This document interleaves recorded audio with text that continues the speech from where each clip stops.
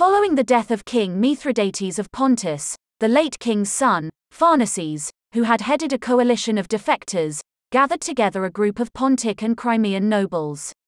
These high-ranking men and women were given the honor of escorting the body of his father on its journey to Syria, where Pompeius Magnus was adjudicating a dispute over Judea's throne.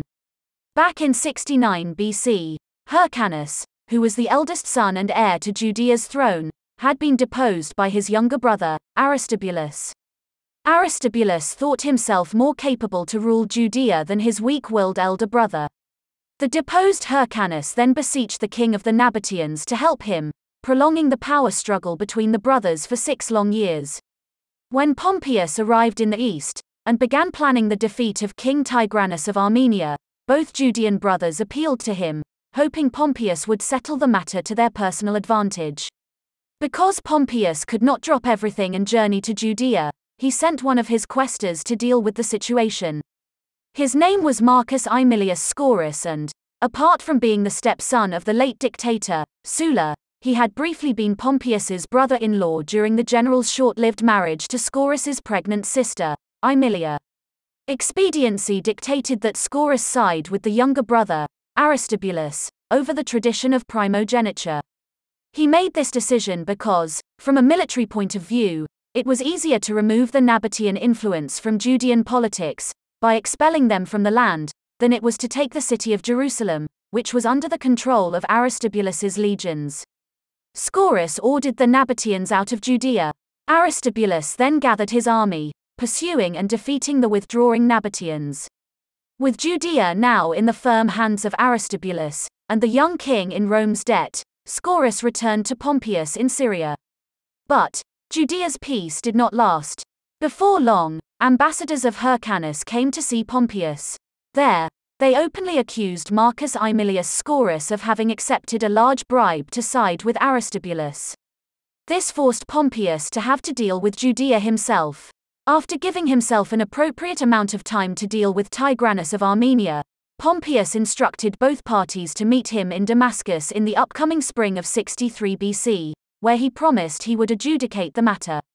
Following the surrender of Tigranes of Armenia, Pompeius also reorganized the province of Syria. Syria had been previously settled by Lucullus, when the general had placed the Seleucid prince, Antiochus XIII, on the throne. But, because of decades of Seleucid family wars, Syria was weak, and too easily influenced by the surrounding kingdoms. And so, Pompeius made an alliance with a strong Syrian chieftain named Sampsiceramus, whom he ordered to capture and execute Antiochus XIII. Following the death of the last Seleucid king, Sampsiceramus became the first of the Emesene dynasty of Syrian priest kings. In the spring of 63 BC, Pompeius and the Judean princes all arrived in Damascus. There, Pompeius heard both sides in the Judean brothers' bid for the throne. Hyrcanus made the case that, because he was the eldest son, the throne was his by birthright. He argued that it was only through incursions of violence, instigated by his younger brother, Aristobulus, that his throne had been usurped. Aristobulus argued that he was forced to usurp the throne before the plots of others succeeded in stripping the throne from his weak-willed brother, and likewise from the royal Hasmonean line. Others came to the meeting to beseech Pompeius to favor neither brother. They wanted him to allow Judea to return, as it had been before the revolt of the Maccabees, to rule by the high priest. Pompeius, however, realized that much of the trouble had come as the result of the interference of the ambitious Nabateans, who had a history of interjecting themselves into the political disputes of surrounding kingdoms. They had done the same thing in 83 BC, following the death of Syria's king Antiochus XII, and now they were acting in support of Hyrcanus, who had turned to them for advisement. Pompeius instructed both Aristobulus and Hyrcanus to be patient as he dealt with the Nabateans. But Aristobulus was hot-headed, and refused to heed Pompeius's instructions. As soon as Pompeius marched for the kingdom of the Nabateans, Aristobulus fled to Jerusalem's military fortress of Alexandrium, which housed his legions. Outraged that Aristobulus disregarded his command, Pompeius turned his army around and marched it straight into Judea. To deal with the Nabateans, Pompeius, again, sent his quaestor, Marcus Aemilius Scaurus. Once he reached Judea, Pompeius held several meetings with Aristobulus, who, himself, was only trying to buy time to prepare his army for an assault. But Pompeius demanded Aristobulus surrender the Alexandrium fortress before Judea's legions were ready for battle. And so, Aristobulus pulled Judea's army out of the Alexandrium fortress, and then quickly withdrew into the city of Jerusalem, where his legions immediately fortified the temple. Pompeius then camped his army in Jericho, and made plans for war against Aristobulus. It was while he was in Jericho that the Pontic and Crimean nobles arrived with the body of King Mithridates VI, and a staggeringly large quantity of gold. The nobles gifted the gold to Pompeius, and offered themselves as political hostages on behalf of Pharnaces, who hoped Pompeius would count him, and Pontus, a friend and ally of the Roman people. Pompeius Magnus happily accepted, and added Crimea to the Roman Bosporus kingdom. He then ordered the body of Mithridates to be returned to Amasia, which was the capital of Pontus. There, Mithridates was to be buried with all the appropriate rites and honors due a Pontic king. Pompeius also sent an appropriate military detachment to officially install Pharnaces as the new king of Pontus. Following the completion of all the protocol surrounding Mithridates' death, Pompeius then turned his attention back to Aristobulus. Traveling back and forth between the temple and Jericho, Aristobulus maintained constant communication with Pompeius, hoping to conclude a treaty which would see him on the throne, and the Roman army gone, without the shedding of Jewish blood. But Aristobulus refused to honor every promise he made to Pompeius. This forced Pompeius to arrest Aristobulus during one such trip outside the city of Jerusalem. With Aristobulus in custody, Pompeius was immediately let into the city of Jerusalem by the people, who supported Hyrcanus, and wanted no part in Aristobulus's war. Pompeius and his legions marched straight for the Temple Mount, wherein Aristobulus's army was well fortified, and prepared for a long siege. Building a wall around the Temple Mount, Pompeius and his army camped within those walls. Every single day the Romans attacked, and every single day they were repelled by the Judeans. Finally, Pompeius figured out how to defeat them. It was forbidden for the Jewish people to fight on the Sabbath, unless their lives were threatened. Pompeius ordered his siege works turned away from the soldiers. Trebuchets, ballistas, and battering rams were all aimed, instead, at vacant parts of the temple wall. For the entirety of the Sabbath, the Romans pommeled the temple walls and, because no soldiers' lives were threatened, the Judean army could do nothing to protect and reinforce their walls. The day after the Sabbath, the temple wall was breached. Pompeius's legions rampaged throughout the Temple Mount, and 12,000 Judean soldiers who had supported Aristobulus were slain. Of Pompeius' treatment of the temple, Josephus tells us, quote, "No small enormities were committed about the temple itself, which, in former ages, had been inaccessible, and seen by none. For Pompeius went into it, and not a few of those that were with him also, and saw all that which it was unlawful for any other man to see but only for the high priests. There were in that temple the golden table, the holy candlestick, and the pouring vessels, and a great quantity of spices. And besides these there were among the treasures 2,000 talents of sacred money. Yet did Pompeius touch nothing of all this, on account of his regard to religion, and in this point also he acted in a manner that was worthy of his virtue." End quote.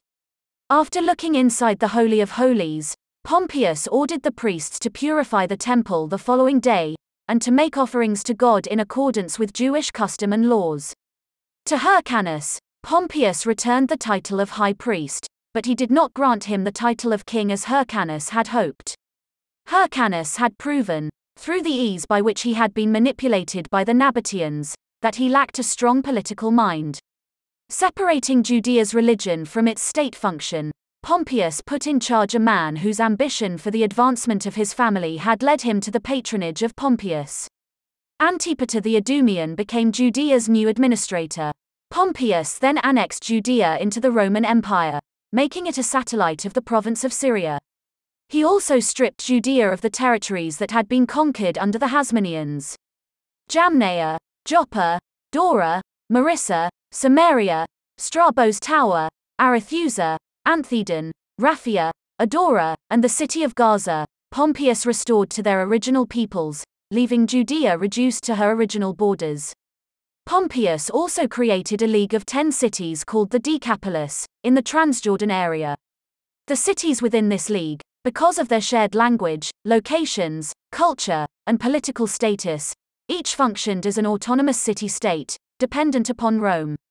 The Decapolis, united by some political ideology, developed primarily into an economic and cultural center of the Transjordan area. The cities within the Decapolis included Gerasa, Scythopolis, Hippos, Gadara, Pella, Philadelphia, Capitolias, Canaria, Raphana, and Damascus, the capital of Syria. In addition to the annexations of Syria and Judea, Pompeius annexed the coastal strip of the Kingdom of Pontus. Merging it with Bithynia, Pompeius created the new Roman province of Bithynia a Pontus. All the territories Mithridates had conquered, with the exception of Lesser Armenia, Pompeius made into client states. These included the eastern coast and the interior of Pontus.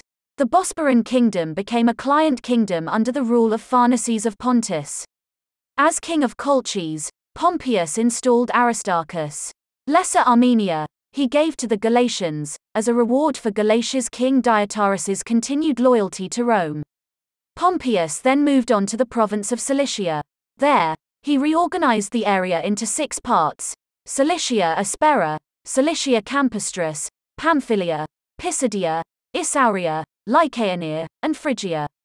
Then Pompeius journeyed to Pontus, where he was received by King Pharnaces in state. Pharnaces gifted Pompeius with gold and, to show Pompeius that there would be no more intrigue or trouble, he presented Pompeius with the corpses of the last of Mithridates' Pontic royal family. Following his visit to Pontus, Pompeius began working his way back home. Along the way he stopped in the city of Mytilene, on the island of Lesbos.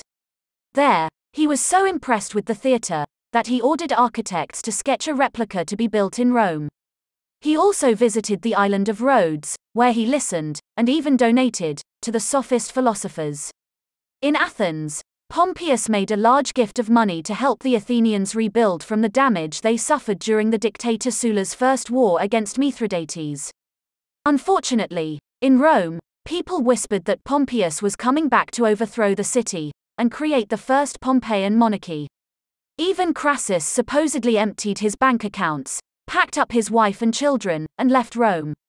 His critics, however, accused him of leaving, less out of fear, and more in an attempt to add weight to the rumors circulating around both the return of Pompeius Magnus and the alleged conspiracy of Lucius Sergius Catilina.